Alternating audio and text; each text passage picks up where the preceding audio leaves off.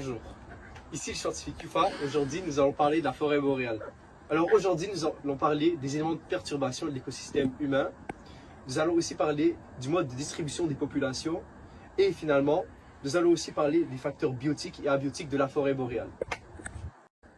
Tout d'abord, un élément de perturbation de l'écosystème humain est la déforestation intensive.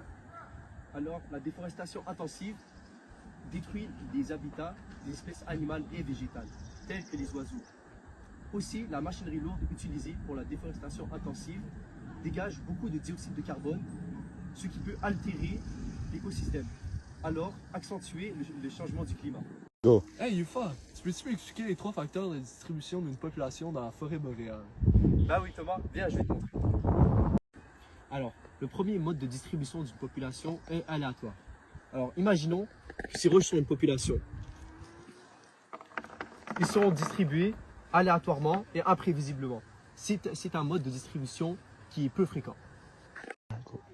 Alors, le deuxième mode de distribution d'une population est uniforme. Comme vous voyez, ils sont répartis également pour la compétition de ressources naturelles. Alors, le troisième et dernier mode de distribution d'une population est en agrégat. La population est alors divisée en plusieurs groupes pour réduire le risque de prédation. Imaginons que ces diamants sont les prédateurs. Ils ne pourront pas aller attaquer la population car ils sont en groupe. Ils réduisent le risque de prédation et aussi ils augmentent l'alimentation. Et aussi, ce mode de distribution est le plus fréquent. Finalement, nous allons parler des facteurs biotiques et abiotiques de la forêt boréale. Un des facteurs biotiques de la forêt boréale sont les espèces vivantes telles que les animaux. On sait très bien que le lynx, le loup et l'ours interagissent entre eux, ce qui fait que c'est un facteur biotique. Aussi, un facteur abiotique sont les hivers rigoureux, ce qui veut dire la température froide. Elle altère le niveau de ressources pendant les longs hivers, ce qui fait que certaines espèces ne peuvent pas se nourrir pendant les hivers froids. C'était le scientifique Yufa. Merci de m'avoir écouté sur la forêt boréale. Et maintenant, je donne la parole à Yann Maisonneuve. La chaîne alimentaire de la forêt boréale est une source de fascination, souvent influencée par des conditions climatiques extrêmes et des saisons marquées. Voici une vision de l'ensemble. Les principaux producteurs primaires sont les plantes. La forêt boréale est composée principalement de conifères, comme les sapins, les épinettes et les pins. Ces arbres résistants sont adaptés aux hivers difficiles et fournissent une base importante pour l'écosystème. Les herbivores de la forêt boréale se nourrissent principalement des plantes y poussant. La biodiversité de la forêt boréale est composée, entre autres, des écureuils, des lièvres, des cerfs et des élans. Ils consomment leur énergie en se nourrissant des feuilles, d'aiguilles de pin, de bourgeons et d'écorces. Les prédateurs, quant à eux, se nourrissent d'autres êtres vivants. Certains prédateurs sont le loup, le renard, le lynx et le martre. Ils ont un rôle crucial dans le maintien de l'équilibre écologique en contrôlant les populations d'herbivores. Les superprédateurs ont pour rôle principal de réguler la population de prédateurs inférieurs et d'influencer la structure de l'écosystème. Ceux-ci sont l'ours brun et le glouton. Les décomposeurs ont eux aussi un rôle important dans la forêt boréale en recyclant la matière organique morte. Ce groupe est composé d'une variété de champignons, de bactéries et d'invertébrés qui décomposent les débris végétaux et animaux, libérant des éléments nutritifs essentiels pour les plantes et bouclant ainsi la chaîne alimentaire. La variété de la population dans la forêt boréale est influencée par plusieurs facteurs, parmi lesquels la disponibilité des ressources alimentaires telles que les baies, les graines, les bourgeons et le feuillage des plantes peuvent avoir un impact significatif sur les populations d'herbivores et par extension sur les populations de prédateurs indépendants. Les conditions météorologiques de la forêt boréale, notamment les températures extrêmes, les précipitations et la durée de l'hiver, peuvent avoir un impact sur la survie des plantes, des animaux et des micro-organismes. Les interactions entre les différentes espèces de la forêt boréale, telles que la prédation et la compétition pour les ressources, peuvent avoir une influence sur la population. Par exemple, une augmentation des populations de prédateurs peut entraîner une pression sur les populations d'herbivores. La déforestation, l'exploitation forestière, le développement urbain et les changements climatiques peuvent altérer l'habitat naturel de la forêt boréale, ce qui peut avoir des effets négatifs sur les populations d'espèces végétaux et animaux. La perte d'habitat peut provoquer une fragmentation des populations, une diminution de la diversité génétique et un risque d'extinction pour certaines espèces. Bonjour, mon nom est Noah Bouchard-Fourette. J'étudie les forêts boréales depuis 4 ans. Aujourd'hui, je vais vous expliquer les étapes du cycle du carbone, 2 relations entre des individus d'une communauté et 4 facteurs qui influencent la productivité primaire de l'écosystème. C'est parti! Commençons par le cycle du carbone. Tout commence par la photosynthèse où les plantes absorbent le dioxyde de carbone dans l'atmosphère pour produire de la matière organique et de l'oxygène. Les animaux consomment ensuite cette matière organique, libérant du CO2 lors de la respiration. Lorsque les plantes et les animaux meurent, la décomposition par des organismes décompositeurs libère à nouveau du CO2 dans l'air. La déforestation perturbe cet équilibre en libérant massivement du carbone stocké dans les arbres. Une partie du carbone peut être dissoute dans l'eau et se fixer sous forme de carbonate de calcium, contribuant à la formation de roches sédimentaires. Ce carbone peut être resté emprisonné pendant des milliers d'années, formant des combustibles fossiles via à la sédimentation et à la fossilisation. Enfin, le volcanisme et la combustion de ces combustibles fossiles libèrent du CO2 dans l'atmosphère, bouclant ainsi le cycle. La productivité primaire des forêts boréales est influencée par plusieurs facteurs. En voici des exemples. Tout d'abord, le climat joue un rôle majeur. Les températures froides et les précipitations modérées des régions boréales limitent la période de croissance végétale, réduisant ainsi la productivité.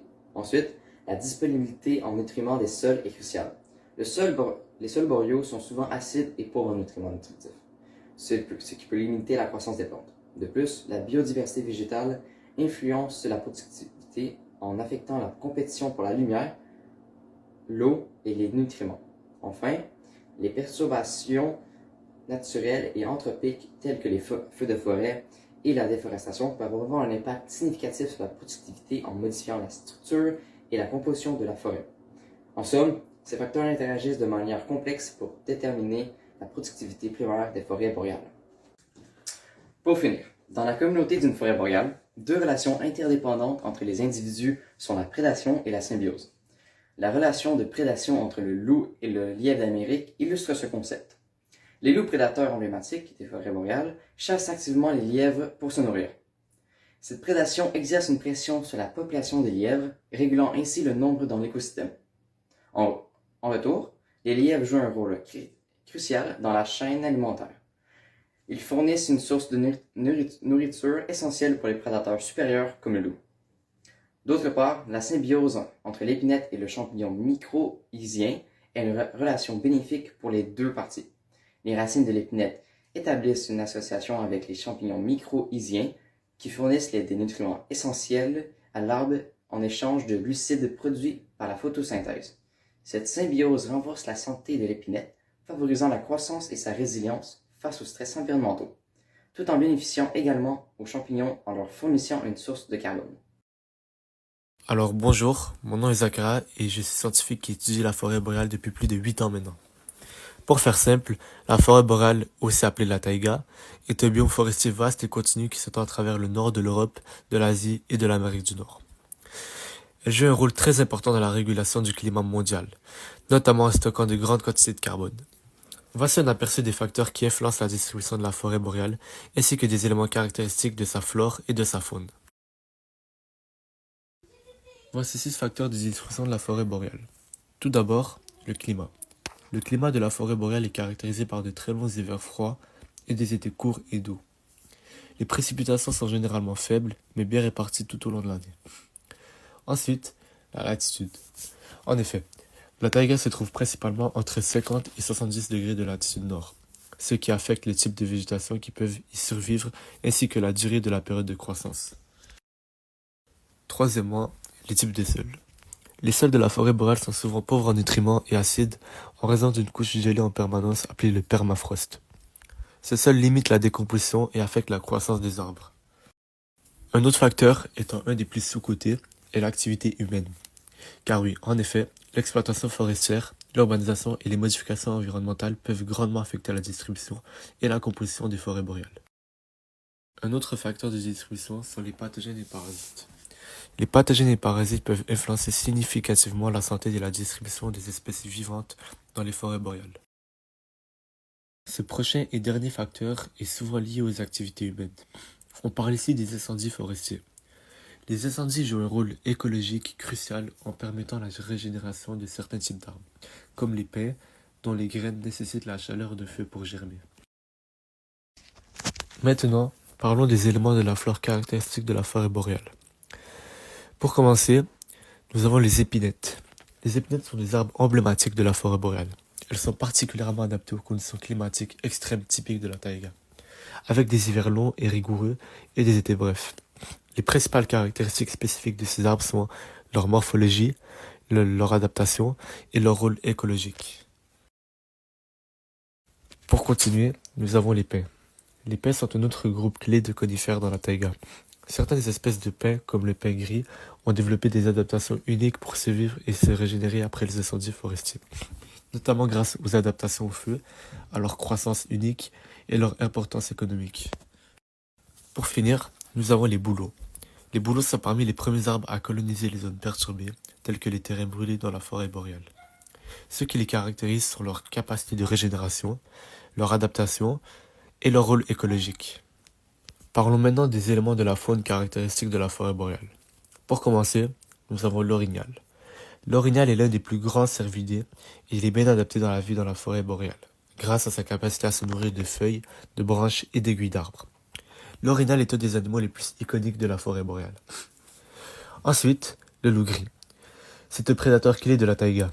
Il chasse en meute pour capturer des cerfs, des élans et d'autres mammifères. Pour finir, l'écureuil roux. L'écureuil roux est vital pour la dispersion de graines de conifères, contribuant ainsi au renouvellement forestier. La forêt boréale est un écosystème complexe et résilient, offrant un habitat crucial pour de nombreuses espèces tout en jouant un rôle majeur dans la régulation du climat de la Terre.